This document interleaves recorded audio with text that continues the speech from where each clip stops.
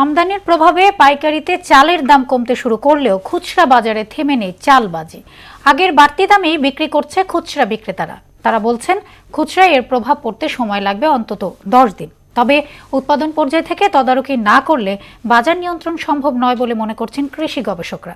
আরও জানাচ্ছেন উষা ফেরদৌস।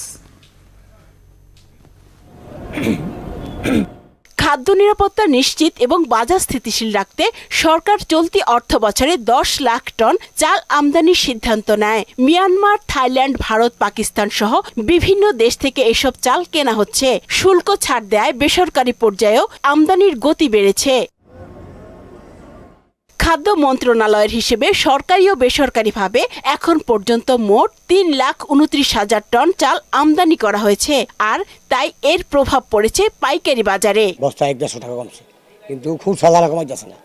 খুচরা যারা নিয়ে আমাদের কাছে বেস্ট আছে, যারা ঢাকা শহরের বাজারে দোকানে ওরা কেজি প্রতিটা 8-10 লাভ করে। 75-76 টাকা যে মিনিকেট, এগুলো 71-72 টাকা দিতে হয়েছে। ইন্ডিয়াতে যে চালটা আসা থেকে বাংলাদেশের চালটা খাচ্ছে না, ইন্ডিয়ান চালটা ভালো হচ্ছে, এটা ইন্ডিয়ান চালটা খাইতেছে, মানে বাজারটা এখন বাড়তি নাই। ট্রেডিং কর্পোরেশন অব বাংলাদেশ টিসিবির তথ্য মতে গত এক সপ্তাহে মোটা চালের দাম কেজি প্রতি 2 টাকা কমে 54 থেকে 56 টাকায় নেমেছে। মাঝারি মানের চালের দাম কমেছে 2 টাকা, বিক্রি হচ্ছে 58 থেকে 65 টাকায়। তবে সরু চালের দাম 70 থেকে 85 টাকায় স্থিতিশীল রয়েছে। আরো 2 সপ্তাহ আগে যে দামে আনছি এখনো ওই দামে আনছি, শুধু কিছু কিছু চালের দাম একটু কম বলতে আপনার ইন্ডিয়ান নাদির চালের দাম একটু কম পাওয়া যায়, 1 টাকা 2 টাকা এরকম কম। তারা ওখানে বলছে এখনই কমে গেছে, কিন্তু তারা খুচরা বাজারে কমে ছাড়ছে না। তারা হয়তো ওই যে 50 পয়সা 1 টাকা করে কমাইতেছে, তবে এটা হয়তো কিছুদিনের ভিতরে আরো কমবে। আগে যেটা আছে বর্তমানে আমরা ওই দামই কিনতেছি। আগে তো 65 টাকা 70 টাকা পর্যন্ত চলতে ওইরকমই চলে।